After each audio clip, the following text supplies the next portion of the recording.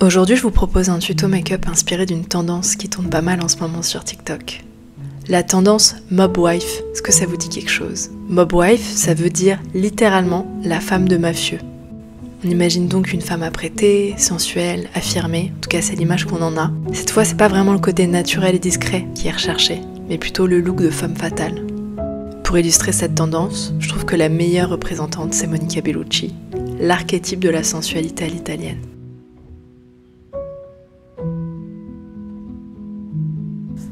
Cette vidéo, je l'ai tournée quelques heures après avoir appliqué mes soins.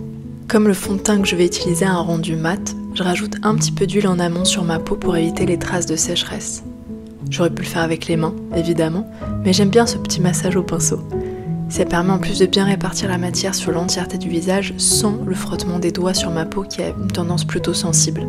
C'est aussi une super technique pour redonner vie au maquillage avant de sortir le soir. Appliquez 1 à 2 gouttes d'huile au pinceau et faites les quelques retouches nécessaires ensuite.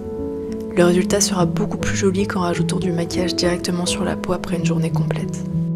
Un peu de baume à lèvres, évidemment. Pour le teint, ce type de look est plutôt mat, sans brillance, sans imperfection et assez bronzé. J'utilise un fond de teint sur l'entièreté du visage, enfin presque parce que je n'en mets pas sur le contour de l'œil. C'est une zone fine, donc si on accumule les couches, ça a tendance à surcharger et marquer les ridules. Je laisse donc cette zone libre pour l'anti-cerne que je vais appliquer après. Pour l'anti-cerne, je mélange 2 couleurs pour que la teinte corresponde parfaitement à ma carnation. J'applique au doigt pour bien fondre la matière. La chaleur de la peau est idéale pour ça.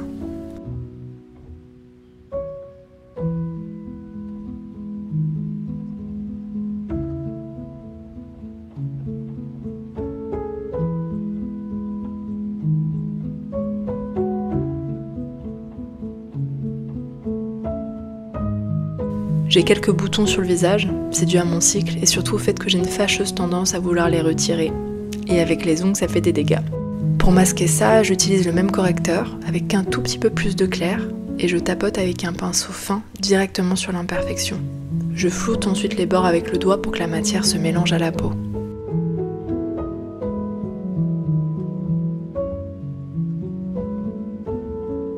Pour le bronzer, j'utilise ensuite un stick crème, mais j'aurais très bien pu utiliser une poudre bronzante, vraiment peu importe. C'est d'ailleurs ce que je vais utiliser ensuite pour accentuer le résultat. J'en applique sur les côtés de mon visage pour créer un contouring naturel et pour donner l'illusion que je suis plus bronzée que je ne le suis réellement. Pour ce look, il ne faut surtout pas hésiter à bien maquiller le cou et le décolleté pour éviter la démarcation, ou bien à appliquer de l'auto-bronzant la veille sur le corps et sur le cou. En étalant le bronzer, j'ai gommé la correction d'imperfection, donc je recommence. Je vérifie les détails et si je trouve que certaines zones sont trop surchargées, je n'hésite pas à fondre et à étaler avec la chaleur de mes mains. Ce qui fonctionne aussi très bien, c'est de refondre une toute petite goutte d'huile avec le pinceau et de repasser sur le visage, un peu comme j'ai fait en début de vidéo. C'est une super astuce quand on a mis trop de matière. Pour fixer les corrections et pour supprimer les petites brillances, j'applique un petit peu de poudre libre sur la zone T et sur les endroits où j'ai appliqué du correcteur.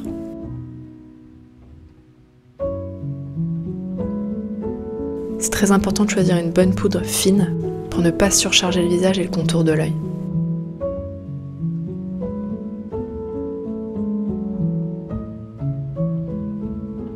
Allez, maintenant on passe aux yeux. J'applique un fard brun sur la paupière mobile.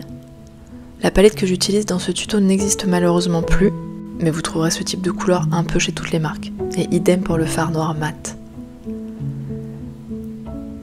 J'en applique aussi sous les cils inférieurs et je monte bien dans le creux de paupière et sur ma paupière fixe pour que ça ne rétrécisse pas mon regard.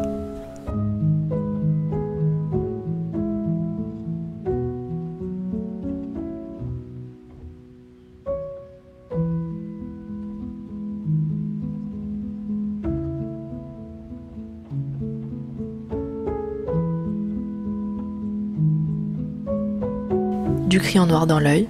L'astuce, c'est de fermer l'œil sur le crayon noir pour que la muqueuse inférieure et supérieure s'imprime en même temps.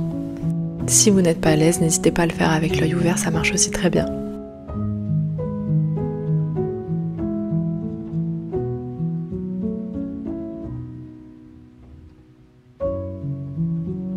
J'en applique ensuite grossièrement sur la ligne des cils.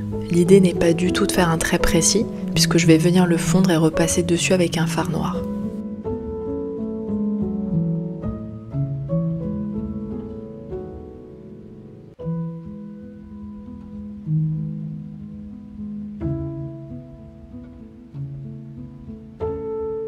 Je fonds tout ça pour rester dans l'esprit sauvage et sensuel. L'idée n'est pas du tout de faire un trait précis, mais de créer une ombre plus foncée au ras des cils.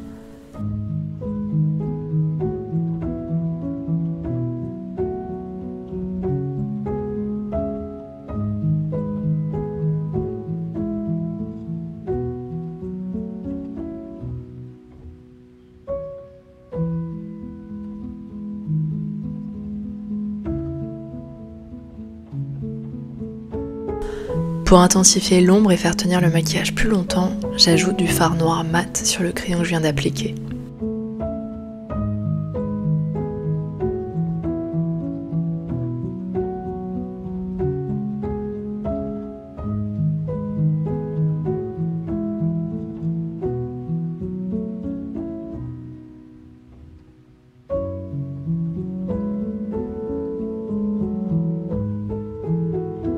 Je passe ensuite au mascara et j'en applique 2 bonnes couches en haut et aussi sur les cils du bas. N'hésitez pas à aller regarder la masterclass que j'ai tournée sur l'application du mascara.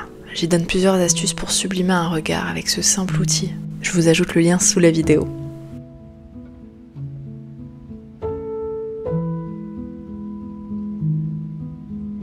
Pour les sourcils, je vais simplement les brosser et accentuer l'arche pour donner cet effet intense et assez sexy au regard.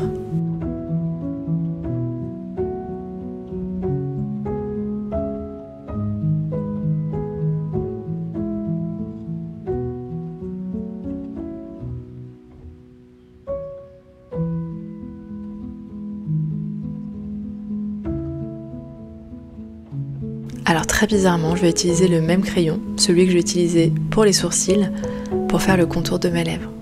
Pour être totalement transparente avec vous, j'ai oublié mon crayon à lèvres, ça aurait été d'ailleurs beaucoup plus joli. Mais je trouvais ça intéressant de vous montrer qu'avec une couleur qui peut paraître beaucoup trop foncée, on peut aussi avoir un joli résultat. Il suffit de fondre la matière et surtout de vous montrer qu'on peut utiliser un seul et même produit pour plusieurs usages. Si on veut tricher un petit peu sur le volume de nos lèvres, l'astuce c'est de dépasser la ligne mais au niveau du cœur des lèvres et au milieu de la lèvre inférieure seulement. Cela permet de donner un effet de bouche plus pulpeuse sans que ça fasse too much.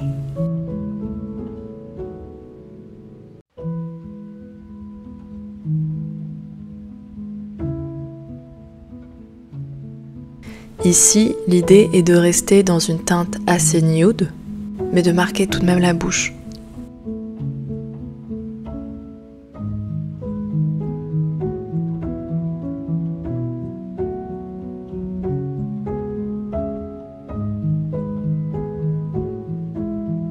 J'utilise le même rouge à lèvres sur les joues. Je trouve que c'est la teinte parfaite pour rehausser le teint sans donner un côté trop bonne mine, qui n'est pas forcément en adéquation avec le look du jour. Maintenant que j'ai terminé, j'en profite pour repasser un petit peu sur les yeux, intensifier le résultat.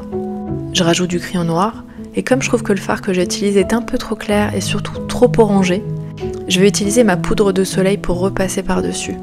D'ailleurs, j'aurais pu utiliser directement cette poudre de soleil sur les paupières. Et voilà ce que ça donne. Perso, j'adore ce type de look, et quand j'ai envie de sortir et de pas mal me maquiller, c'est typiquement ce que je fais. L'effet sur moi n'est pas vraiment identique que sur les photos parce que en fait j'ai les yeux bleus. Et pour être totalement honnête, je trouve que le résultat serait encore plus canon, sur des yeux marrons, sur des yeux foncés. Vous essayerez et vous me direz. Je vais vous ajouter toutes les références des produits utilisés sous la vidéo, et je vous mets aussi les liens de mes cours en ligne de make-up. Si vous avez envie de prendre soin de votre peau avec des produits naturels, d'apprendre à illuminer votre teint, votre visage, et surtout à mettre en valeur votre regard, ces formations pourraient grandement vous plaire. Je vous dis à très vite, on se retrouve sur YouTube la semaine prochaine, et d'ici là, sur Instagram. À très vite.